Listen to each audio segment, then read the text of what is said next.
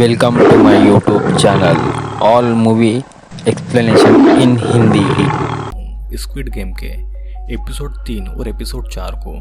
तो अगर आप पहली बार इस वीडियो को देख रहे हैं तो मैं आपसे रिक्वेस्ट करूंगा कि पहले नीचे डिस्क्रिप्शन में दी हुई लिंक पर जाकर इसका एपिसोड 1 और एपिसोड 2 को जरूर देखें। लास्ट एपिसोड में सभी मेन कैरेक्टर्स वैन में बैठकर फिर से फैसिलिटी में पैसों के लिए अपनी जान के साथ खेलने आए हुए थे। पुलिस ऑफिसर जुनहो अपने कार से अपने भाई को ढूंढने के लिए गी-ह्यू की वैन का पीछा कर रहा था। गी-ह्यू की वैन एक हार्बर पर आकर रुकती है, जहां पर वैसे ही और भी कई सारे वैन्स को एक शिप में लोड किया जा रहा था। जुनहो अपनी कार से उतरकर जी-ह्यू की वैन के नीचे लटक जाता है और लटक कर शिप पर पहुंच जाता है। उस शिप में रेड सूट पहने स्टाफ ने प्लेयर्स के कान चेक करना शुरू किए हुए थे, जिससे कि हमें पता चला कि प्लेयर्स के कानों में कोई डिवाइस डाला गया है। जुनो एक वैन में घुसा और एक स्टाफ को पकड़कर बेहोश कर दिया और उसके कपड़े और मास्क पहनकर बाहर आ गया। जब पूरा स्टाफ वहां से चला गया तो जुनो ने अपनी आईडी बेहोश स्टाफ की जेब में रख दी और उसे पानी में फेंक दिया। इतने में एक स्टाफ ने उसे ऐसा करते हुए देख लिया और उसके पास आकर पूछा कि वो यहाँ पर क्या कर रहा है। वो आदमी जुनो का सीनियर था, जिससे कि उसे ये पता चला कि उनके सर पर बने शेप्स उनकी पोजीशन डिसाइड करते हैं, और जुनो ने अपने आप को सी-6 बताकर बचा लिया।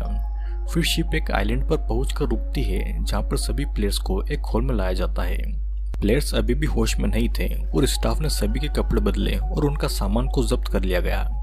सेबियोक थोड़ा होश में थी तो उसने एक स्टाफ की जेब से धीरे से एक छोटा सा चाकू निकालकर अपने पास में छुपा लिया। फिर सभी प्लेयर्स हॉल में होश में आते हैं और गी-ह्यू फिर उस बूढ़े आदमी इल्लाम से मिलता है। सांगवू और अली ने भी उन दोनों को ज्वाइन करके टीम बनाने को कहा, जिससे कि उन दोनों का जीतना आसान हो जाए। दूसरी तरफ गैंगस्टर डियोक्सु भी अपनी टीम बना रहा था, जिसके लिए उसने सेबियोक को उसकी टीम ज्वाइन करने के लिए कहा, लेकिन सेबियोक ने उसे साफ मना कर दिया। और इतने में मिन्यू उनकी बातों के बीच में आ गई। मिन्यू वही औरत थी जिसने पिछली बार स्टाफ से उसे छोड़ देने के लिए गिड़गिड़ाया था। मिन्यू ने फिर डियोक्सु से उसे अपनी टीम में लाने के लिए कहा, लेकिन डियोक्सु उसकी इंसल्ट करके वहां से चला गया। फिर रात में स्टाफ की ड्यूटी पूरी होने पर उन्हें अपने रूम में जाने को कहा गया और जुनहो अभी तक बचता हुआ अपने रूम में पहुंचता है और देखता है कि रूम में भी सीसीटीवी कैमरा लगे हुए थे। मिन्यू को भी बाथरूम जाना था तो वो गेट ठोक ठोक कर गार्ड्स को उसे बाहर जाने के लिए चिल्लाने लगी थी, और कुछ देर के बाद में गार्ड्स ने गेट खोल दिए, जिसके फायदा उठाकर सेबियोक भी मिन्यू के साथ बाहर निकल गई। मिन्यू ने अपने कपड़ों में कुछ सिगरेट छुपाई हुई थी जो वो बाथरूम में आकर पीने लगी, और सेबियोक भी उसके बाथरूम में आ गई और ऊपर बने वेंटिलेटर को चाकू से खोलकर उसमें घुस गई। फिर थोड़ा सा आगे जाकर सेबियोक को दूसरे वेंटिलेटर के नीचे बना हुआ किचन दिखाई दिया। उस किचन में स्टाफ पानी में बहुत सारी शक्कर मिला रहा था, जिसे देखकर सेबियोक वापस बाथरूम में आ गई ताकि गार्ड्स उसे न पकड़ ले। उसने ये बात मिन्यो को बताई, लेकिन मिन्यो ने उसकी बात नजरअंदाज कर दी। फिर अगली सुबह प्लेयर्स को नाश्ते में दूध और ब्रेड दिया गया, जिसे गी-ह्यू और उसकी टीम ने मिलकर एंजॉय किया। उनमें धीरे धीरे बॉन्डिंग बनने लगी, और स्पेशली गी-ह्यू और इल्लाम में, जो मिलकर अपने पुराने दिनों को याद करते थे। अली बाहर सबके साथ में अच्छे से रहता था, लेकिन सांगवू अभी भी थोड़ी दूरी में रहता था। थोड़ी देर में अनाउंसमेंट होता है कि नेक्स्ट गेम शुरू होने वाला था और सारे प्लेयर्स बाहर जा रहे थे। रास्ते में सांगवू ने सेबियोक से पूछा कि उसने कल रात को क्या देखा, क्योंकि उसने पिछली रात उसकी और मिन्यो की बातें सुन ली थी। सेबियोक उसे बताती है कि स्टाफ बहुत सारी शक्कर को घोल रहे थे, और बाहर आकर सांगवू ने ये देखा कि दीवार पर अलग अलग तरह के शेप्स बने हुए हैं। उसे देखकर ये समझ आ जाता है कि वो एक बहुत पुराना कोरियन गेम खेलेंगे, जिनमें उन्हें शक्कर और शहद से बने स्नेक को एक शेप में तोड़ना पड़ता है। ये पता चलने के बाद में सांगवू ने अपनी टीममेट्स को ये बात नहीं बताई और सबसे आसान शेप अपने लिए चुन लिया। गी-ह्यू ने अम्ब्रेला का शेप चुना, जो कि सबसे मुश्किल था, लेकिन फिर भी सांगवू ने उसे कुछ नहीं कहा। कुछ देर के बाद में सबको स्नैक्स दिए जाते हैं, जिसमें गी-ह्यू ये देखकर शॉक हो जाता है कि अब वो बहुत बड़ी प्रॉब्लम में है, क्योंकि उसका इस शेप को तोड़ पाना नामुमकिन है। सांगवू सेबियोक को सबसे इजी ट्रायंगल्स मिलते हैं, अली को सर्कल और इल्नाम डिएक्सू और मिन्यू को स्टार्स, सांगवू और सेब्युक ने आसान से शेप्स अपने लिए तोड़ लिए थे और अली का सर्कल भी बन गया था और फिर उन्हें नीचे भेज दिया जाता है। यहाँ पर मिन्यू ने लाइटर की मदद से चीटिंग करके शक्कर पिघलाई और अपना शेप तोड़कर अंदर आ गई और जाते जाते उसने अपना लाइटर डिओक्सू की तरफ फेंका उसकी मदद करने के लिए, क्योंकि वो किसी भी हाल में डिओक्सू की टीम में आना चाहती थी। दूसरी तरफ गियू और इल्नाम फंसे हुए थे और जल्दी स्टाफ ने उन प्लेयर्स को मारना शुरू कर दिया था जिनके शेप्स टूट गए थे। गियू को आइडिया आता है कि अगर वो स्नैप को चाट कर एकदम पतला कर दे तो वो आराम से टूट जाएगा और उसके आसपास के लोग और इल्नाम भी ये तरीका अपनाने लगे। जैसे ही टाइम खत्म हुआ, गियू और इल्नाम का सही शेप टूट गया और वो बचकर बाकियों के पास में आ गए। हालांकि जो फेल हो गए उनकी बुरी तरह से जान ले ली गई। ओवरसियर अपने मॉनिटर से सबको देख रहा था और जिन्हों भी फील्ड पर मौजूद था और इस गेम की असलियत देखकर वो भी हैरान रह गया था। उसका सुपीरियर जिसके सर पर स्क्वायर बना हुआ था उसके पास आता है और जुनो को अपनी ड्यूटी करने के लिए कहने लगता है, जो कि लाशों को उठाकर ले जाना था। सुपीरियर ने फिर जुनो को बाद में उसे मिलने को कहा था और इतने में एक फेल हो चुके प्लेयर ने मरने से मना कर दिया था और एक स्टाफ से गन छीनकर दूसरे स्टाफ को पकड़ लिया था। उसने उस स्टाफ से अपना मास्क उतारने को कहा और देखा कि वो बस एक बच्चा है। वो प्लेयर इससे दुखी हो गया और उसने अपने आप पर गोली चलाकर जान दे दी। ओवरसियर ये देखकर फील्ड में आता है और उस स्टाफ को मार देता है, क्योंकि कोई भी स्टाफ अपना चेहरा रिवील नहीं कर सकता था। जूनो उस स्टाफ के मेंबर की बॉडी उठाने आता है और देखता है कि ये वही था जिसने कुछ दिन पहले उसे मिलने बुलाया था। जूनो अपने मास्क को उसके मास्क से बदल लेता है ताकि उसे बड़ी रैंक मिल जाए। फिर सभी अपने रूम में आ जाते हैं, लेकिन एक स्टाफ प्लेयर 111 को अपने साथ ले जाता है और फिर बाद में ये पता चलता है कि कुछ स्टाफ मेंबर्स मरे हुए प्लेयर्स के ऑर्गन्स निकालकर इलीगली बेचते हैं। प्लेयर नंबर 111 एक सर्जन था जो उनकी इस काम में मदद करता है और इसके बदले स्टाफ उसे होने वाले अगले गेम के बारे में बता देते हैं, जिससे कि वो उनमें पास हो जाए और उनका एक सीक्रेट मिशन चलता रहे।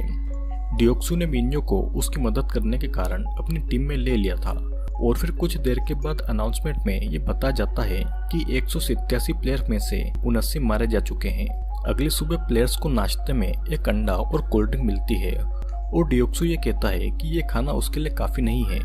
फिर वो और उसकी एक टीम और खाने के लिए दोबारा लाइन में घुस जाते हैं, जिसके कारण उनके पीछे लगे हुए लोगों को कुछ भी नहीं मिलता।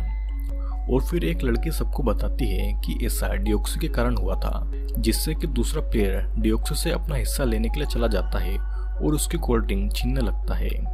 फिर डिओक्सू उसे धक्का देकर तब तक मारता है जब तक कि वो मार खा कर अधमरा नहीं हो गया। सब कुछ शांत होने के बाद सांगू उस प्लेयर को चेक करने आता है और देखता है कि वो मर चुका है। गियू ने स्टाफ के पास आकर मदद मांगी और सीसीटीवी कैमरा में देखकर ओवरसीयर्स को भी बताया, मगर किसी ने उसकी बात नहीं सुनी। और फिर उसके बाद में अनाउंसमेंट होती है कि प्लेयर नंबर 127 मर गया है। सबको पता चलता है कि यहाँ पर एक दूसरे की जान लेना अलाउड है, जिससे कि डिओक्सू की टीम ने यह डिसाइड कर लिया था कि वो सभी को मारकर गेम जीत लेंगे। कुछ स्टाफ मेंबर्स कॉफिन के साथ आते हैं और प्लेयर 127 की बॉडी उसमें डालकर ले जाते हैं। यहाँ पर डॉक्टर अभी भी बॉडीज के ऑर्गन्स निकाल रहा था, जिसके बाद फैसिलिटी के स्टाफ ने उसे सबसे स्ट्रॉन्ग टीम में रहने को कहा। उन्होंने बताया कि मैनेजमेंट ने जानबूझकर कम खाना सप्लाई किया क्योंकि वो चाहते थे कि प्लेयर्स पागल हो जाए और पैसों के लिए एक दूसरे की जान लेने के लिए भी तैयार हो जाए। फिर स्टाफ ने डॉक्टर को अगला गेम बताकर वहां से भेज दिया। हॉल में गियू और उसकी टीम ने यह डिसाइड किया कि पूरी रात जागेंगे ताकि वो सेफ रह सके। फिर गियू डोर से अकेली बैठी हुई सेब्योक को देखता है और पास जाकर उसकी टीम ज्वाइन करने के लिए पूछता है, लेकिन सेब्योक ने उसे मना कर दिया था क्योंकि वो उन पर भरोसा नहीं करती थी। फिर डॉक्टर हॉल में आता है और टीम ढूंढने लगता है। उसने डिओक्सू की टीम ज्वाइन करने का सोचा, जैसा कि उसके स्टाफ ने उसे बताया था। वो डिओक्सू के पास आता है, लेकिन डिओक्सू ने उसकी बेइज्जती करके उसे मना कर दिया था। लेकिन फिर डॉक्टर ने उसे धीरे से अपना सीक्रेट बताया, जिसके बाद डिओक्सू ने उसे खुशी खुशी अपनी टीम में शामिल कर लिया। फिर रात के समय स्टाफ को अगले गेम के लिए हाई अलर्ट रहने को कहा जाता है, जो कि असल में वो लड़ाई है जो लाइट्स बंद होने के बाद में शुरू होती है। और जैसे ही लाइट्स बंद होती है, डिओक्सू की टीम ने प्लेयर्स को मारना शुरू कर दिया था। सबसे पहले प्लेयर की जान डिओक्सू ने ली, जिसकी चीख से सभी की नींद खुल जाती है और ओवरसियर अपने नाइट विजन मॉनिटर में सब कुछ देख रहा था। उसने एक स्टाफ को लाइट चमकाते रहने को कहा जिससे कि लड़ाई साफ साफ दिखाई दे सके। वहाँ के बेड्स गिरने लगते हैं और पूरा हॉल जंग के मैदान में बदल जाता है। डियोक्सु फिर सेबियोक के ऊपर अटैक करता है और जैसे ही वो उसे मारने वाला था कि तभी कोई दूसरा प्लेयर डियोक्सु को मार देता है जिससे कि सेबियोक की जान बच जाती है।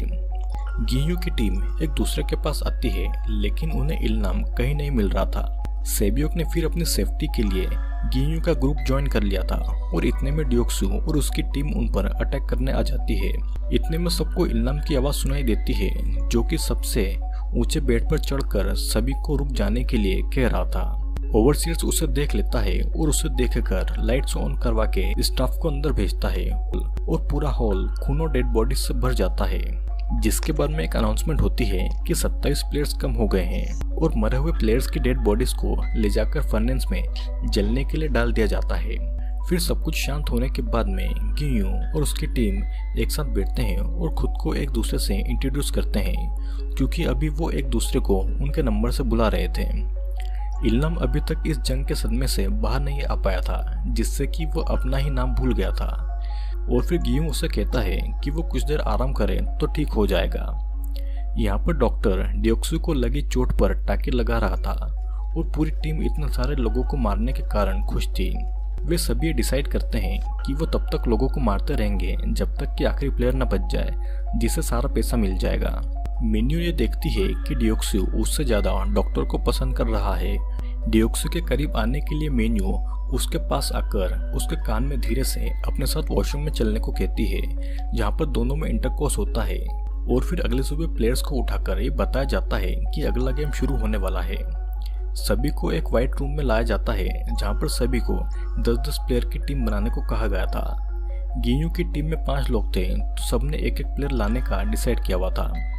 डियोक्सु को पता था कि इस बार कौन सी गेम है तो उसने अपनी टीम को अपने जैसे और ताकतवर आदमी लाने को कहा था। मेन्यू यहाँ पर रोने लगी थी क्योंकि डियोक्सु ने उसे टीम से निकाल दिया था लेकिन डियोक्सु उसे जमीन पर गिराकर चला गया था। यहाँ पर सेबियोक को कोने में एक लड़की अकेली बैठी हुई मिलती है तो वो उसे गियू की टीम में ज्वाइन करने के लिए कहती है और वो लड़की मान जाती है। इल्नाम के अलावा हर कोई एक मेंबर लेकर आया था जिससे कि वो टोटल 9 ही थे लेकिन लास्ट मोमेंट पर मिन्यू ने आकर उनकी टीम को ज्वाइन कर लिया था। सभी को एक बड़े हॉल में लाया जाता है जहाँ पर एक बहुत ऊंचा ब्रिज बनाया हुआ था और बाद में पता चलता है कि ये रस्सी खींचने का गेम है और जो भी टीम इस रस्सी खींचने के गेम में हार जाएगी वो नीचे गिरकर मारी जाएगी। गियू की टीम में 3 लड़कियां और एक बुढ़ा आदमी था जिससे कि उनके जीतने के चांसेस बहुत ही कम थे और यहाँ पर डियोक्सु की टीम में सबसे स्ट्रॉन्ग प्लेयर्स आ चुके थे। गेम में सबसे पहले डियोक्सु की टीम के साथ एक दूसरी टीम का मैच शुरू हुआ था और उन्होंने कुछ ही पल में इस गेम को जीत लिया था और हारने वाली टीम ब्रिज से नीचे गिरकर मारी गई थी। और फिर कुछ स्टाफ मेंबर्स आते हैं और उनकी डेड बॉडीज को कॉफिन में डालकर ले जाते हैं। फिर अगला मैच गियू की टीम का था और उनकी अपोजिट टीम में काफी स्ट्रॉन्ग आदमी थे। इल्नाम ये बताता है कि वो बचपन में इस गेम में माहिर था और वो इसीलिए टीम को कुछ टिप्स देता है। वो कहता है कि सबसे आगे और सबसे पीछे टीम के स्ट्रॉन्गेस्ट लोग खड़े होंगे। दूसरा ये कि एक प्लेयर रस्सी के हर साइड खड़े रहेंगे और तीसरा कि उनके पैर हमेशा सामने की तरफ रहना चाहिए और हाथों के साथ उन्हें अंडरआर्म से भी रस्सी को पकड़े रहना होगा। और लास्ट और सबसे इम्पोर्टेंट टिप्स कि शुरुआत के 10 सेकंड तक उन्हें जमीन पर खड़े रहना होगा जिससे कि सामने वाली टीम की रिदम टूट जाए और ऐसा होते ही वो रस्सी खींचने लगे। फिर गेम शुरू होता है और गियू की टीम जीत रही थी लेकिन कुछ देर में सामने वाली टीम उन पर हावी होने लगी थी और गियू की टीम कोने तक आ जाती है, मतलब कि वो मरने ही वाले थे। और फिर सांगू चिल्लाकर सभी को लास्ट प्लान फॉलो करने के लिए कहता है। उन्हें रस्सी को ढीली छोड़ना थी ताकि सामने वाली टीम का बैलेंस बिगड़ जाए और 3 के काउंट में पूरी टीम उस रस्सी को छोड़ देती है और इसी के साथ ये एपिसोड भी यही खत्म हो जाता है। तो दोस्तों, अगर आपको वीडियो पसंद आ रहे हैं तो नीचे लाइक करके और कमेंट करके जरूर बताइएगा और स्क्विड गेम्स के बाकी के एपिसोड भी जल्दी ही आने वाले हैं। तो अगर आपने चैनल को सब्सक्राइब नहीं किया है तो सब्सक्राइब जरूर कर लीजिए और अब हम मिलेंगे नेक्स्ट वीडियो में।